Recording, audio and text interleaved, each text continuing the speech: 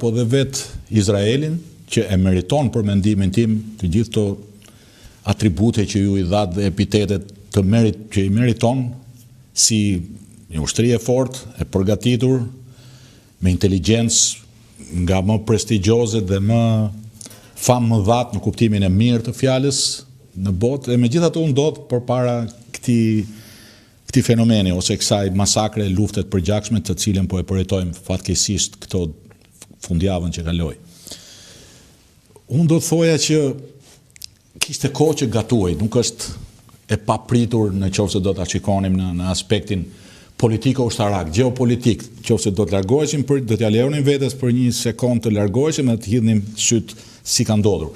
Kishte kohë në përgatitje, do të thoja, shumë kohë mase në përgatitje, me pluset dhe minuset e veta, nga sjellja e Izraelit, po dhe nga sjellja e Hamasit prej 16 vjetër sot, që mban në kontroll të ashtu quajturin rripi i Gazës, që është një instalim disi i mbyllur, 365 km katror, imagjinoni me 2.3 milion banor. Ju imagjinoni se ç'do thotë, bile disa analist jo domosdoshmërisht dashamirës e quajnë si një burg i hapur. Kjo është një fenomen, burgu i kategorisë D, i kategorisë më të fundit që është i hapur, sepse i tëri ishte rrethuar nën blokadë për shumë vite dhe imagjinoni në një këtë ngjeshje popullate me një pamundësi shtetërimi normal se çfarë mund të zgjej, por prej kohësh, pra kishte 16-17 vite që kjo situatë po gatuhej. Tani nëse do të dalim ke pyetja se si u ndodh përpara kësaj të papriture, ky shërbim famoz. Nuk është vetëm Mossadi, është Shin Beti, është Amani, që janë inteligjencat ushtarake dhe kundërzbulimi. Pikërisht, domethënë forcat armatosura të Izraelit, duke qenë kaq mirë të përgatitura tashmë, që kur në fillesat e tyre para sot i themi 75 vjet më parë. Fiks, 75 vjet më parë, ka filluar shteti dhe ka filluar krijimi i forcave armatosura. Gjithnjë me synimin për të ruajtur ekzistencën e këtij shteti të ri të sapo krijuar, të vendosur në atë rajon aq problematik, aq sensitiv, aq të ndjeshëm në botën, në lindjen e mesme. Pra, këto 75 vite i dhanë këtë famë, i dhanë këtë, do të thoja, këtë reputacion të merituar forcat armatosura të Izraelit dhe si rrjedhoi dhe shërbimeve inteligjente brenda ushtrisë, jashtë ushtrisë, me një shikim te i horizontit për ta kapur dhe eliminuar e shmangur rrezikun shumë përtej lindjes mesme dhe kufive. Të tërë kemi parë filma, kemi lexuar libra, kemi parë dokumentare. Mossadi është një emër gati mitik breslënës që nuk ka shanse ti bësh dredha e aq më keq të shkosh ta zësh në këtë befasi. E gjithatë do të thoja, ja pra erdhi dita që duhet kuptojmë që nuk ka asnjë gjë magjike. General, një pyetje e cila pak a shumë mund të lidhet edhe me neve. Ushtria izraelite u trajnua u kalit në zjarrin e luftrave nga viti 1948 deri në vitin 1973, 50 vjet përpara. Nga ajo kohë nuk ka bërë luftë, domethënse, përjashtojmë ekskursionin në Liban, që ishte reprezalje më shumë se sa një luftë e mirëfillt me një ushtri të rregullt përballë. Pra kemi 50 vjet të kësaj ushtrie që nuk bën, le të themi, një përplasje serioze. A ka shkaktuar kjo një lloj vetkënaqësie në vlerësim për arabët, duke i quajtur undermension, le të themi, në njerëz, në një farë mënyrë nën psikologjia e tyre, dhe kjo bëri që ndërkohë kundërshtari përgatitej i trajnohej dhe Izraeli nuk është ai që mendojmë, dhe kjo ndoshta mund ta vëjë në prova në të ardhmen, në prova më të forta. Ju kuptoj drejt të ndjek linjën diskursit tuaj, linjën e komentit para pyetjes. E kishit shumë drejt. Është lindur, rritur e ka litur në luftra. Prandaj është bërë, janë ata që janë. Por me të drejt, nuk do të thoja që ranë në gjumë, por natyra e konflikteve ndryshoi pas 73-shit, e dal nga dal duke ardhur në vitet 90, ndryshoi natyra e konfliktit, siç e thatë dhe ju, me përjashtim të pjesës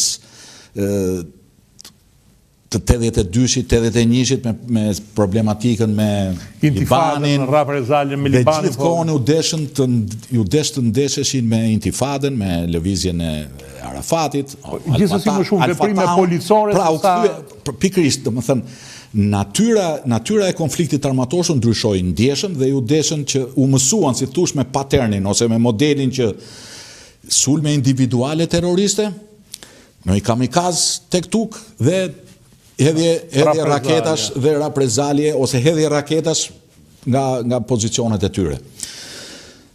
Dhe vim pas viteve 90 dhe fokusohen dhe si të thuash specializohen e trajnohen për këtë spektër disi të kufizuar të konfliktit.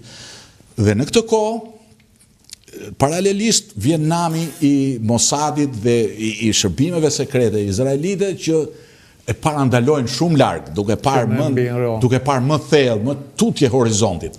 Dhe jo këto çingërimat e vogla që u mësuan dita ditës, u mësuan në kuptimin jo të keq të fjalës, por që duke jetuar gjithnjë në këtë rrezik, duke që kërcënimi i tyre më i madh ishte në sulm terrorist, në kafene, në shërbimet urbane, në restorant, në mbledhje publike, dhe sikur ja dolën ta vinin në kontroll. Ndërkohë, jo për t'i bërë avokacin, dështimit spektakolar që thuhet rëndom në media të ndryshme, dështimit spektakolar të shërbimit inteligjent izraelit. Megjithatë, 1500 veta do të infiltrojnë. Megjithatë, pra ishte një dalje komplet nga skema, edhe për mendjet që ndiqnin edhe sytë që ndiqnin në mënyrë të përditshme situatën, evolimin e situatës në lindjen e mesme dhe aq më tepër midis Hamasit, rripin e Gazës dhe Izraelit në anën tjetër. Por do të thoja që gjithë këto vite, ose 2-3 vitet e fundit, në një farë mënyre, edhe vetë izraelitët si kur flirtuan, do të thoja në thonjza, vetëm do të kemi kujdes se si do të marrin fjalën flirtuan, në kuptimin që le t'ja lëm Hamasit, pavarësisht se janë kjo organizat terroriste tashmë e etiketuar nga Bashkimi Evropian, Shtetet e Bashkuara dhe Shqipërinë tonë, ato masë janë në gjendje të mbajnë një lloj stabiliteti dhe retorikën e tyre të ashpër politiko-agresive është thjesht retorik.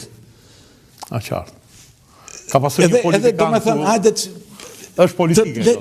Le të përqendrohemi në krijimin e sa më shumë vendeve pune, duke dalë në ato portat e tyre të lejuara të daljes nga kampi i madh i Gazës, të kenë më shumë hapësira për të punuar, sepse vetë janë punësimi atyre për te shërbimeve është këtej murit.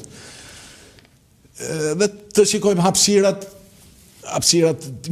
disi më tepër akses në peshkimin në det, punë të rënda që izraelitët tashmë nuk preferojnë t'i bëjnë. Dhe kjo si në një farë mënyrë i solin dhe për çudi duke mos vënë ose duke mos parë mundësinë e prurjes së gjithë arsenali municionesh i cili po godet sot. Po mendoja, po shikoja pak disa nga mediat e huaja, do thoja CNN-in, BBC-n, pak para se të vija këtu dhe shikoj, pyeta veten, pas kanë të mbaruar ky municion. Dhe pastaj diku në një nga lajmet tregoi që vet Hamasi ose përfaqësuesit e tyre po çonin kamerat dhe po i tregonin botës se kemi rezerva të mjaftueshme municioni. Dhe kjo të bën pyetje si ka mundësi, si erdhën në këtë në hundën tonë, le të themi. Do them kjo është një eskalim i ngadalshëm i situatës, duke gjetur edhe Izraelin vetë jo në ditët më të mira për sa i takon stabilitetit politik dhe gjendjes së brendshme të vendit.